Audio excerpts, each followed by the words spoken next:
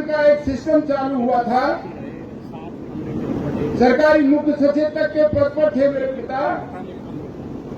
तो लाल बत्ती की गाड़ी लेकर के राजस्थान के गांव-गांव जा रहे थे और आरक्षण की ज्योति जगाने का काम करते थे और कर्नल साहब उसी में शामिल हुए।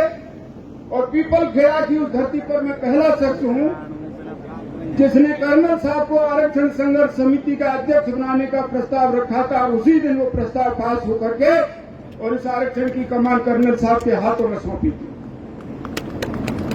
और उसके बाद मौका आया हिंडौन में रेल रोकने का, जो पहला इनका आंदोलन था।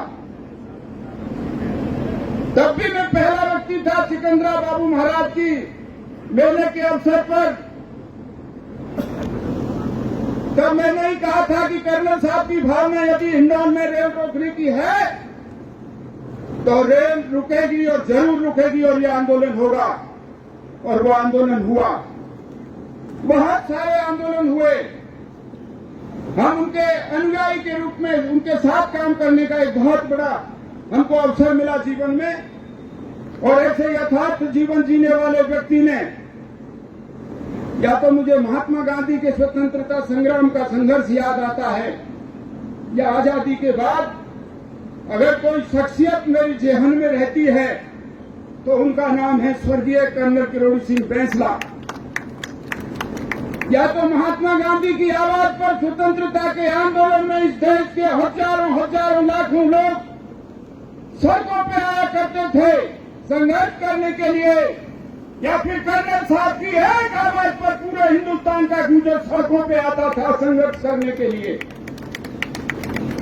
और आरक्षण दिया, एक बहुत बड़ी सौगात समाज को देकर के गए और यथार्थ जीवन जी करके गए। प्रेरणादायी जीवन हम लोगों के बीच में रहा। मैं तो इस मौके पे आपको बहुत ज्यादा लंबी चौड़ी बात नहीं कहकर के सिर्फ एक विनती करना चाहूंगा। अगर कर्नल साहब को सच्ची श्रद्धांजलि देना चाहते हो, अगर उनकी आत्मा को शांति देना चाहते हो, तो जो कर्नल साहब के विचार थे, जो समाज के बीच में जब भी उनको मौका मिलता था उनकी अभिव्यक्ति करते थे, समाज को इमरजेंसी लगाने की 15 वर्षों तक की बात करते थे, बदखर्ची को रोकने की बात करते थे, सामाजिक सुधार के जरिए बच्चों को शिक्षित करने की और एक पढ़ी लिखी मां और कर्ज मुक्त समाज की परिकल्पना किया करते थे। अगर कर्नल साहब को सच्ची श्रद्धांजलि देना चाहते हो तो मेरी आपसे हाथ जोड़ के प्रार्थना है, भाषणों से काम चलने वाला नहीं है। आप अगर उनको श्रद्धांजलि देना चाहते हो तो उनके विचारों को जीवन में फॉलो करिए, उनके विचारों को आगे बढ़ाने का काम करिए, शिक्षित समाज की परिकल्पना को साकार करिए। हमारे समाज की महिला पढ़ी लिखी हो, शिक्षित न हो, इस परिकल्पना को साकार करने के लिए काम करिए। कर्ज मुक्त समाज कैसे बने, इस बात की परिकल्पना को साकार करने के लिए काम करिए। और एक बात और कहना चाहता हूं मैं, जो कोई व्यक्ति अगर उनको राजनीतिक विचारधाराओं में बांधना चाहता है तो वो कर्नल साहब के साथ न्याय नहीं हो सकता।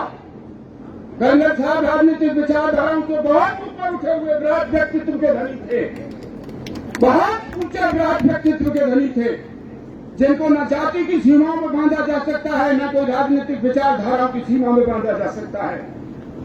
वो देव तुल्य थे और इस धरती पर सैकड़ों वर्षों के बाद ऐसी महान आत्माएं जन्म लेती हैं।